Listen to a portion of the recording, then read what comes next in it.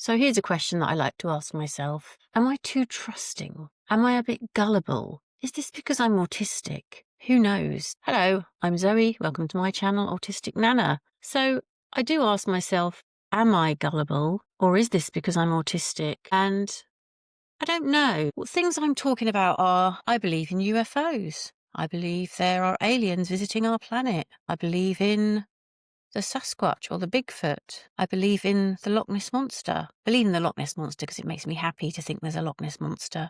But I think I'm really open-minded. And I think science can't explain everything. And I am not arrogant enough to think that I have all the answers. So therefore, I keep an open mind. I don't think it's because I'm autistic. But if you feel the same way, let me know in the comments. There is a stereotype that does exist that autistic people are gullible.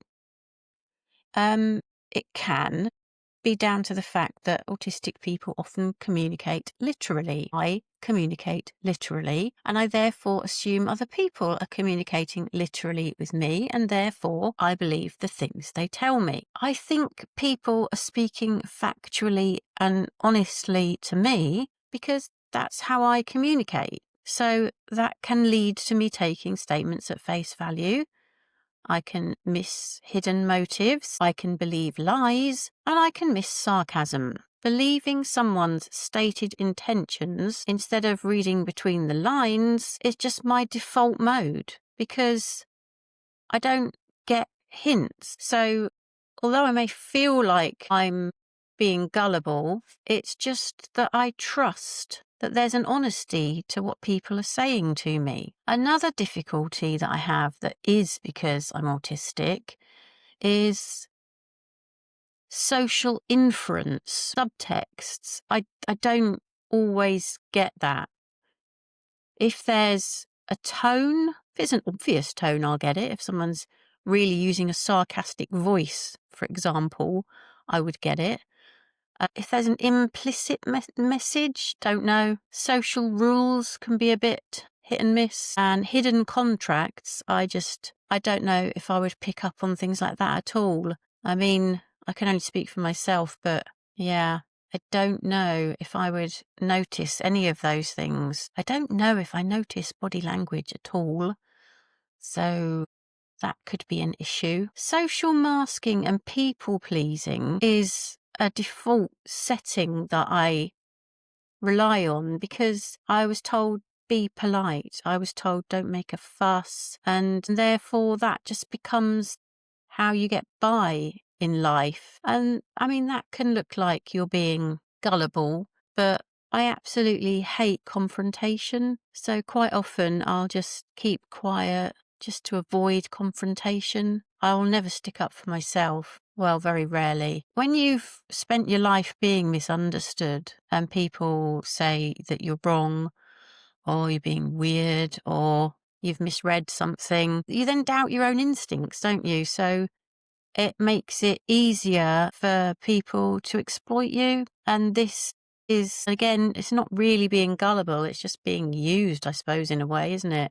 I mean, there are things that autistic people are good at. So pattern spotting, autistic people often tend to detect inconsistencies. So although I don't always understand a lie straight off, if I'm then told the same lie but in a different way, I will notice that because I will notice the detail has changed. And if the detail has changed, then the whole foundation of the statement has changed in my head. I've got a really strong moral framework, and I think many autistic people do have that moral framework and like to make decisions based on logic and fairness and not social pressure. I like honesty and I like to be direct. And autistic communication can be more truthful and consistent and reliable, which is better to me. I can be quite skeptical of social rules, and if I don't understand the social rules, it can make it really hard for me to think like everybody else. So maybe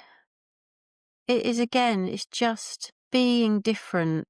And gullibility, I suppose, being gullible isn't the right word because it implies that I think I'm not intelligent enough, or that I'm naive or like a child, or that I have poor reasoning. But that's not what it is at all. It's just that I think differently. And as I say, I like to have an open mind about things. And I don't want to dismiss things out of hand. I don't want concrete evidence for everything in my life. I want to be able to believe in some things just to make life that little bit more interesting. Like I say, I believe in the Loch Ness Monster because it makes me happy to believe in the Loch Ness Monster. I believe in Sasquatch or Bigfoot because if you've ever looked into how massive and ancient some of the forests and rainforests and tropical jungles are on this planet, then how can we possibly say we know what every living creature is in those environments? I just don't believe that, and I don't believe that we should offhand say, yeah, there's no such thing, because I haven't seen one personally myself. I just think there could be a Bigfoot or a whole tribe of Bigfoots living in those mountains in North America or in the Amazon. We haven't discovered every life form on our planet, and I think it's really arrogant to think that we have all the answers. So,